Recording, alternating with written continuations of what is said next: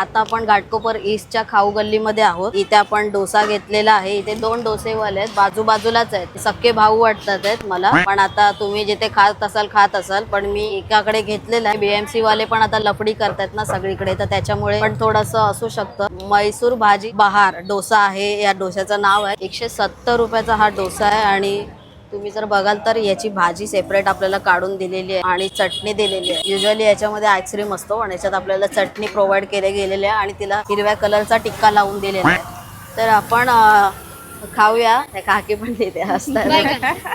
तर बोल बच्चन करून झालं माझं। आता आपण प्रॉपर ज्या कामासाठी आलोय ती कामाची सुरुवात करूया। भाई मी याच्यासाठी हॅप्पी आहे की बऱ्याच दिवसांनी डोसा खातोय। बाहेरचं पापडासारखं तुटतंय आणि जे साईडचं असतं ना ते थोडंसं नरम असतं। पूर्ण मसाले बिसाले लावून दिले, सगळी प्रोसेस तुम्ही बघितली। चटणी सोबत ट्राय करूया। हो, चटणी एकदम थंडगार आहे।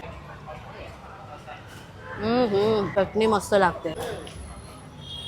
हे लोकच करू शकतात, जे स्ट्रीट वाले असतात ना त्यांच्याकडचा डोसा आणि चटणी, या डोस्याची वाईब आहे ना आपल्याला रेस्टॉरंट मध्ये नाही येणार। म्हणून मला स्ट्रीट वाले डोसेच आवडतात। काय 10 शेगड्या 10 शेगड्या लागायच्या? एक गोष्ट सांगतो, आता तर त्यांचं 2 शेगड्यावर काम चालू आहे, यांच्या 10 शेगड्या लागायच्या। विचार करा केवढा मोठा सेटअप होता यांचा। तर आपण आहोत साई स्वाद डोसाच्या इथे, ट्राय करूया आपण।